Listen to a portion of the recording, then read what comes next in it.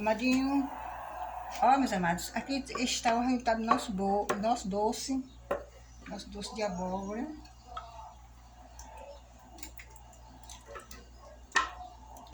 Deixa esfriar, colocar para gelar, geladinho. Ele é uma delícia.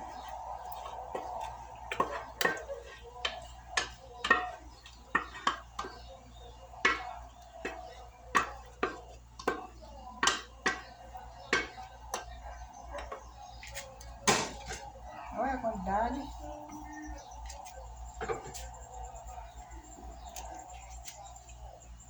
Como está bonito. Agradecendo a Deus, a todos vocês. Agradecendo mais a oportunidade de estar aqui gravando. Obrigado, Senhor. Vou encerrar agradecendo a todos vocês, o carinho de todos. Até o próximo vídeo, se Deus permitir.